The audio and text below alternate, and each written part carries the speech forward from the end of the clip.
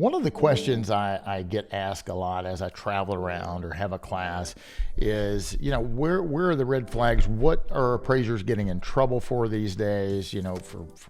Probably for decades, the number one issue was highest and best use, because appraisers just didn't do really good of adding their support and rationale within the report. And USPAP certainly requires you not only to develop your opinion of highest and best use, but also to add your support and rationale.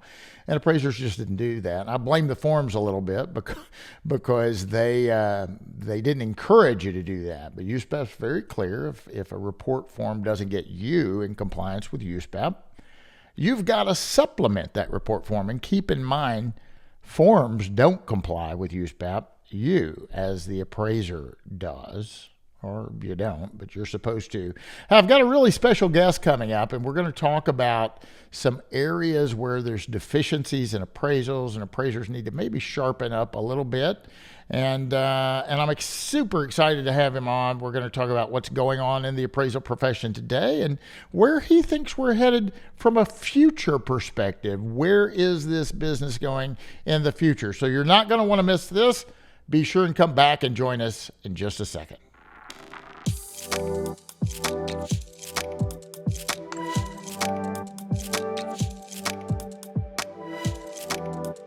Hi, this is Bryan Reynolds. You're listening to the Appraisal Update Podcast, brought to you as always by the great folks over at Appraiser eLearning. You need some education? There's a simple way to do that. Go to appraisereLearning.com. You'll see everything we have to offer, including our course curriculums, our catalog of courses, both virtual and online, as well as some non-CE courses that will help get you in the know. I'd like to thank my sponsor for their continued support, LIA Administrators and Insurance Services. Thank you so much for your continued support of the Appraisal Update Podcast. All right, guys, I'm really excited. I've known this gentleman for a while. He is a great speaker. He's a great course curriculum developer. He's an appraiser. Without further delay, Mr. Marty Wagar. Hey, Marty, how are you doing, my friend? I'm doing good. Thanks, Bryan. Thank you so much for carving out a little time to spend with us. Now, Marty, I know you're a certified residential appraiser up in Michigan, but yes, for some of my listeners or viewers that might not be familiar with you, why don't you take a minute and tell everybody a little bit about Mr. Marty? Thank you. I am certified residential. I've been in the business since the mid-'70s, just after Fannie Mae came out. So I've seen an awful lot of changes and three administrations through it. I'm certainly belong to the MNAA. I'm an IFAS, which is since partnered with the ASA. So my designation is through the American Association of Appraisers.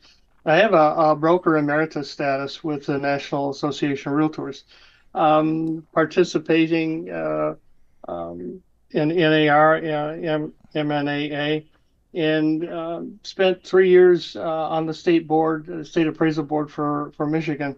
And recently was appointed to board of directors to the Southwest Michigan Fair Housing Alliance, which has been very interesting to me. I've been involved in NAR and NAA, both on committees as chair and various, I think I bounced back and forth between the conventional finance committee and the what effectively is called the appraisal portion of NAR. So I've been involved in a lot of legislation, and I guess considered a sickness. I just can't not get involved. Well, that's great, Marty. I'm glad you are involved because you're a worker and doer, and you're a great contributor to our profession. Is that the valuation committee of NAR that Yes, you're? Yeah. Real Property Valuation Committee. I thought I remembered you being on that committee, so that's fantastic. And being a prior regulator too, that's of interest. So let's just get into it. I started this out by saying highest and best use was one of the most, probably the biggest there for a long, long time. I think it was. But there's other areas that appraisers just don't do a real good job. Part of it is just following a dang form, if you will. But we have to follow USPAP. And so talk to me a little bit about what you've seen in lack of support or other deficiencies that you've seen as a regulator and a practitioner. It's interesting. Part of what I didn't tell everyone about is 30 of my years were spent as residential real estate appraising. But I started an appraisal management company and ran that for 3 years. From there, went to as a chief appraiser for about $1 billion lender, and helped bring their appraisal message. I guess their appraisal distribution center in house. All while Dodd-Frank was coming on. So it was through those last 10 years that I was exposed to a consistent review of appraisals, along with being on the state board. Probably in the person who filled my shoes as I left the lender, I was in touch with late last year and asked, what is probably the number in the top five? What's the number one thing that regulators and reviewers look for? And she unequivocally said it's lack of support for land value. People they plug numbers in, and probably the first case I had through the state was a form that had nothing in for land value, yet it had land adjustments throughout. And that's a very difficult thing to do if you don't have a land value, and it's very difficult to prove and support to someone how you came up with your land adjustment. So it is land value for Wow. sure. Wow. And I know you teach on that subject, and we'll get into that and some other educational offerings that you're currently working with us over at Appraiser eLearning on. But let's talk about that. So, I think a lot of appraisers are comfortable doing a sales comparison approach, and they'll use that technique to develop an opinion of their land value when they have the luxury of having land sales available. Yes. Yes. And I do that too, and that's great. I got multiple. We have 13 sales of land. Land lot sales. But what the big challenge, I think, and maybe you can help my listeners with this a little bit, is you're going to appraise in an area that's built up. I mean, you've got 30, 40, 50-year-old houses, and there are no lots available. There's certainly no. Maybe every once in a while you'll have a fire loss and there's a lot and it sells. And boy, I hold those close to the heart. But let's assume there's an appraiser listening right now, and they're appraising a property today in a built-up subdivision, and there are no lot sales whatsoever. What are a couple of ways that they can try to figure out what is the land value of the subject property worth? Well, the two that we talk about are allocation and extraction, and they're subtly different. You a lot of times will be appraising in a subdivision that's a builder subdivision. Builder subdivision never sells any lots. The lots are inventory, yet the homes are all new. Extraction, the method of extraction allows you to extract the cost of construction, leaving you with what would be the land value. There are many tools to do that with as well. Allocation is the second one, and that's where I go off the reservation a little bit to say, is this what the land is worth, or is this how much value the land contributes to the total? In other words, what's the percentage? One of the things that we talk about is the primary difference between the two is one seeks a number and one seeks a percentage. The extraction method is wonderful for a builder subdivision where you have new construction, but you don't have any land sales. You have the numbers that the builders put in and tell you what their allocation for but that's not necessarily what the land value should be. And it's interesting that you talked about the form because we talked about this at the state level as well. Just because the client doesn't want you or require you to put in a land value doesn't mean you don't have to. Boy, that's a powerful statement you just made. Yeah, yeah. Because Well, I know I've got some listeners right now thinking, well, I got a client that doesn't care about the land value. Why do I need yeah, to do it? yeah. And that probably the third case I had was a situation where they said, well, this is I think it was VA, but it was a 2-year-old home, and I said they don't require it. I don't need it. I said, well, where's your cost approach? And he said, I don't have to do that. And I said, actually, you do. Your 9 out of 10 peers would do that. It is not a method that should be left undone during the cost approach, or excuse me, during a VA appraisal. And I appreciate VA's, posture on that. It's just like you said. They're not required to conform to USPAP. And I'm not trying to be flip, but back in the 80s when I was on the NAR committees, and we talked to Fannie Mae and said, you do realize that your form doesn't conform to USPAP. And they just kind of looked at us and said, yeah, so. And rightly so. We don't have to. It's your Yeah, job, it's the not ours. appraiser. Yeah, yeah. Yeah. I think sometimes the form can, and let's face it, we're talking about a form that was most recently revised almost 20 years ago. Yeah. And for any appraiser out there, don't be naive and think that if you fill a form out and you checked every box on it, it's a 20-year-old form is going to get you in compliance with the current edition of uniform standards. It's a little naive, but I'll echo what you said with one little tweak in the way I'll say it is that USPAP's very clear if a cost approach is necessary for credible assignment results, you must do it. There's no escape clause there. If your client, and for that matter, all the approaches say that. If an income approach is required for credible assignment results, you must do it. If a sales comparison approach is required for credible assignment results, you must do it. So if you figure that the approach is necessary, doesn't matter what your client says, you have to do it. There's no escape clause. What about the importance of doing your land value relative to highest and best use? I mean, how do you know that the current use is the highest and best use if you don't know the land value? Yeah. Well, and we talk about that. And one of the screens is basically says that you can't discuss land value without also discussing highest and best use, excess and surplus land, and the methods of estimating them. And we talk quite a bit about excess and surplus.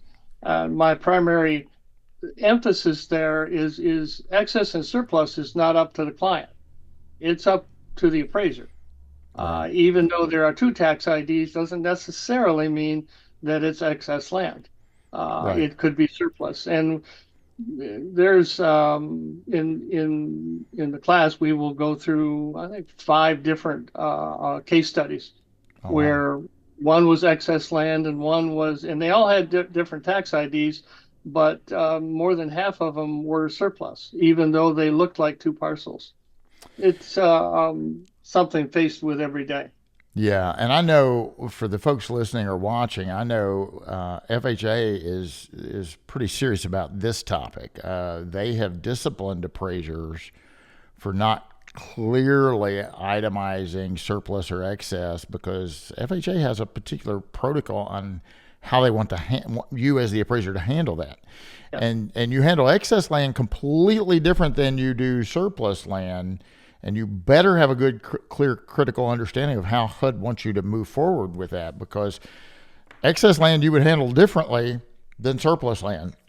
And maybe you'll find that it doesn't meet the definition of either surplus or excess, but you probably need to have a discussion about that. So go ahead, Marty. Reading their definitions, it's clear that FHA, as of the last time I taught the class, still is very clear that you can't include excess land, even if you don't think it's excess. Um, conventionally conventional allows you to put the excess land in at its contributory value. A little bit unclear, and there's a lot of mental gymnastics to go through that concept. In other words, you have two lots. And conventional will allow you, according to their regulations, will allow you to put that excess land in, but not at its excess value, at its contributory value. It's an interesting concept. That is interesting. Yeah. Yeah. Yeah. Very interesting.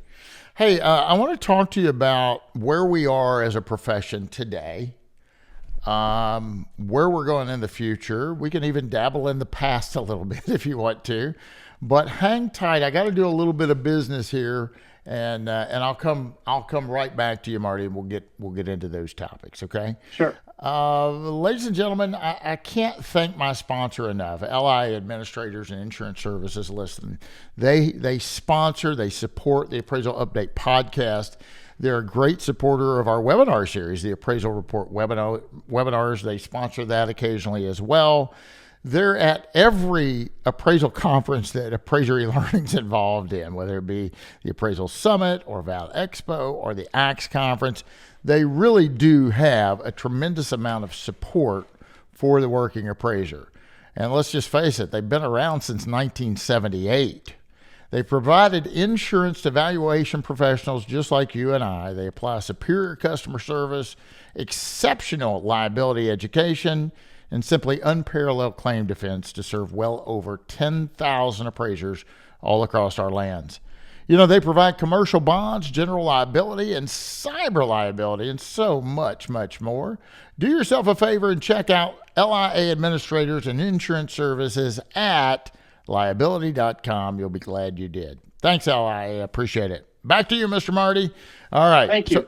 So I know you've got a course on supporting land value. Talk about that just a little bit before we talk about the future of appraising and the present condition. How many hours is the course, and when is that available? It is a 4-hour course.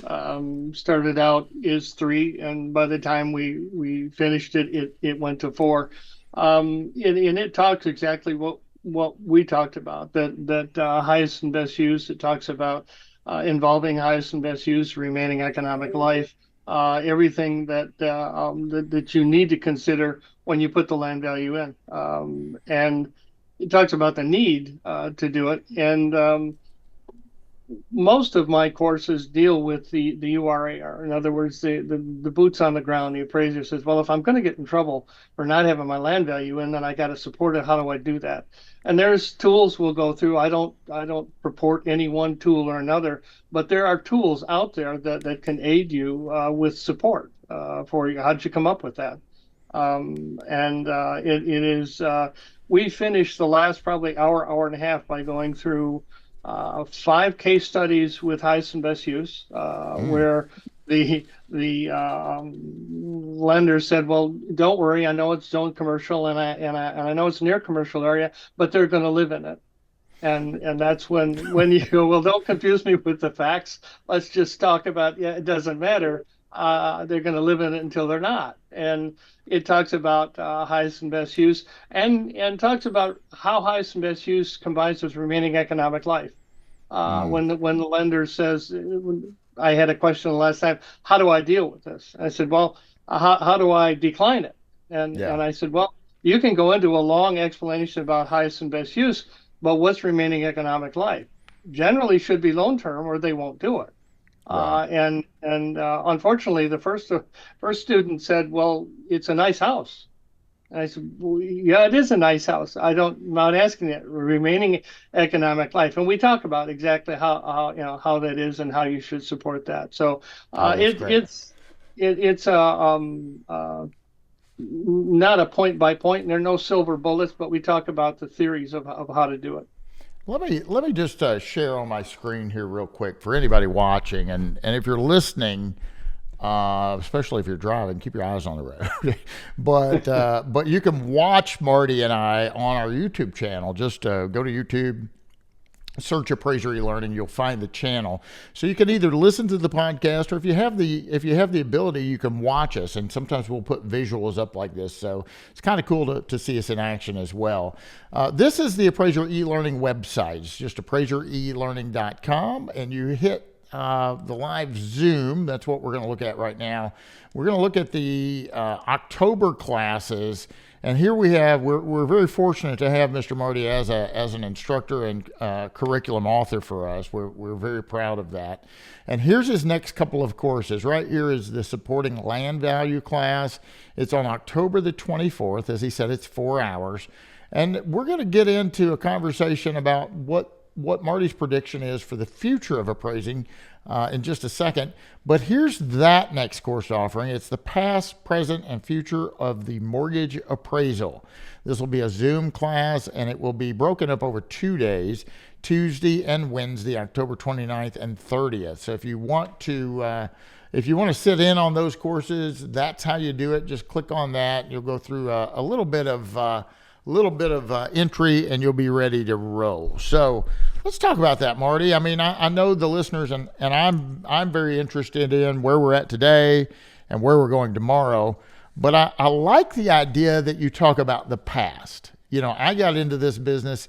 I was in mortgage banking in the 80s and got into appraising in the very, very early 90s.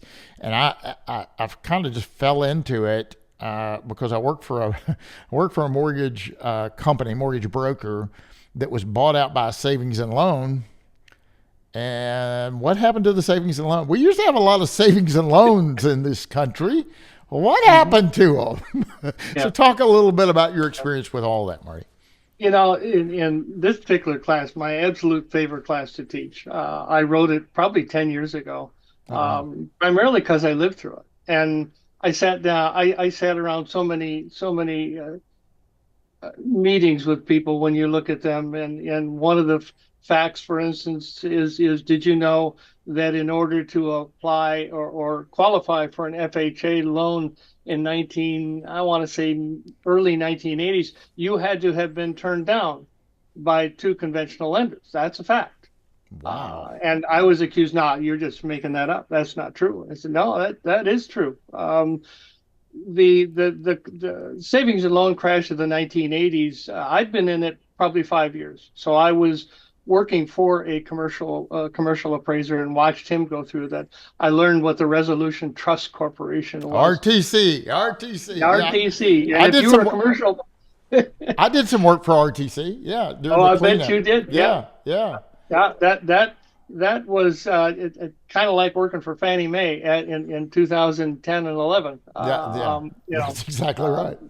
Only on a commercial level, but it was fun to see. But the most critical issue is that's where most of our regulations got their genesis. That's where they started. Everybody says, well, we write to FIREA. Why do we do that? Well, we do that because the S&Ls went, turned upside down, similar to the 07, 08 conventional lenders. Only then it was mostly commercial. But the fact is lenders weren't making money from a mathematical standpoint, and they turned to more risky investments, put it that way, and that involved a lot of commercial. We talk about the Keating Five, remember them. Yep. So I started out writing the classes 1/3, 1/3, 1/3. In other words, 1/3 for the crash of the S&Ls, and then we get into this, 2007, 8, what happened and why, and then the third is the future. And over the last 4 or 5 years, it's turned into the last half of the class is where we're going. And what regulations pushed us there? Why what's the difference between the way you accepted an appraisal in 1980 and the way you accept it today? And even through the 90s, you got your work through the fax machine, and your fax machine usually had on it owner's opinion of value if it was a refinance. Oh, yeah. Now, Marty, I'm going to pause you because there might be some of my listeners that don't know what a fax machine is. So believe it or not, we could have some listeners out there that might not be aware of what a fax machine is. So Marty and I was back in the days before you had computers. They didn't exist. Yeah. And back then, Marty, in the appraisal space, there was no such thing as a licensed appraiser, was there? That is correct. You had to have a real estate license, and that's where when I got my broker's license, I needed it in order to appraise, and I just kept it, and and was awarded emeritus status, not in spite of that, but I kept it because of my involvement with NAR.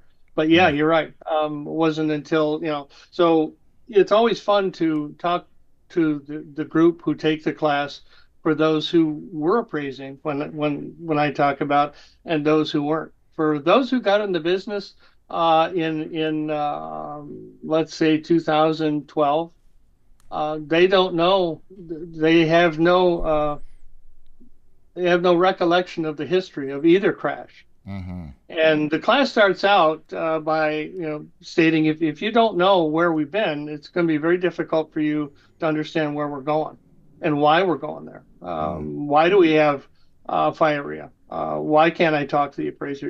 If I'm a real estate agent, why can't I keep the appraiser from looking at the property? What is Dodd-Frank?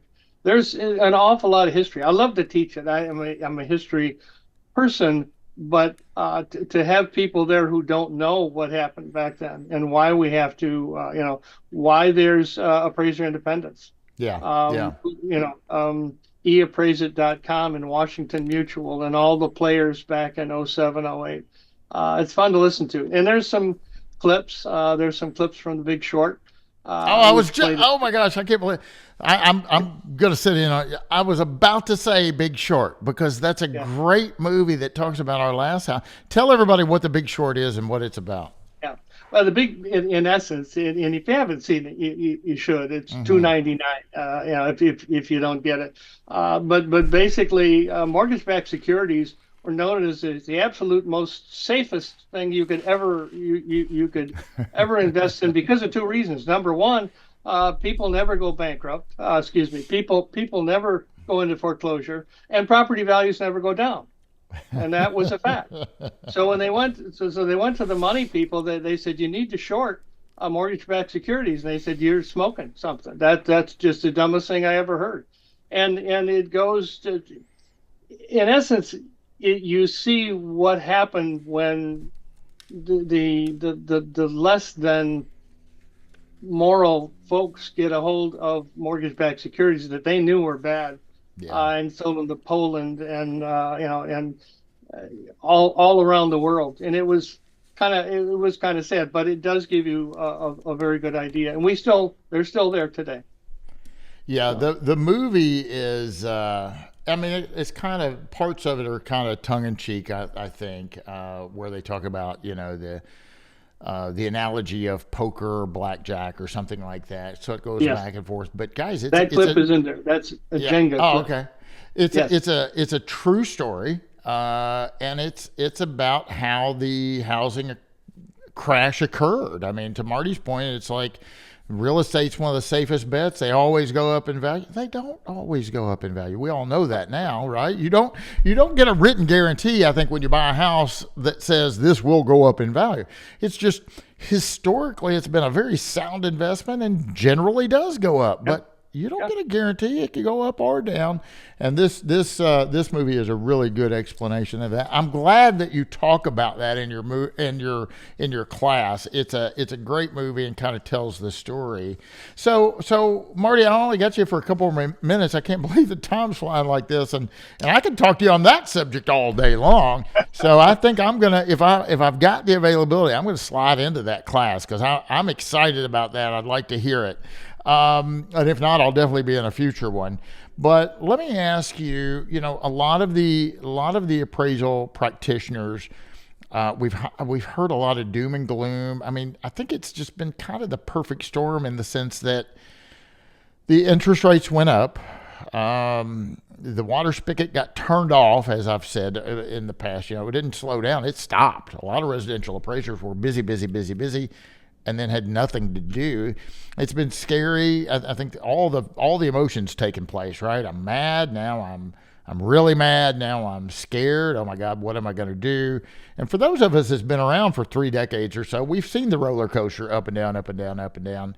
But on top of that, when it seemed like we're already down low, we hear about appraisal waivers. And that just is like throwing gasoline on the fire. And then we hear about, oh, they're trying to get rid of appraisers. What are your thoughts on some of those in closing? Give us a snippet of what you talk about in this class about the future for appraisers. Okay. And I'm glad you asked, because the last few minutes we only talked about the past and to learn where we came from. The last class I did, I revised it to the point where we spend the last day, the last 3.5 hours, talking about the changes that are coming, how they came, and it helps to understand where we've been to know why we're going here. Fannie Mae has said more than once they would like to loan based on risk. That makes sense. So the idea of you going into somebody with a 850 credit score with 10 years of job time, whose house is paid for, who wants a $50,000 mortgage and has an SEV of 100,000, those days are gone. Those were the 80s and 90s. That's when policy said, well, it doesn't matter, we have to have an appraisal.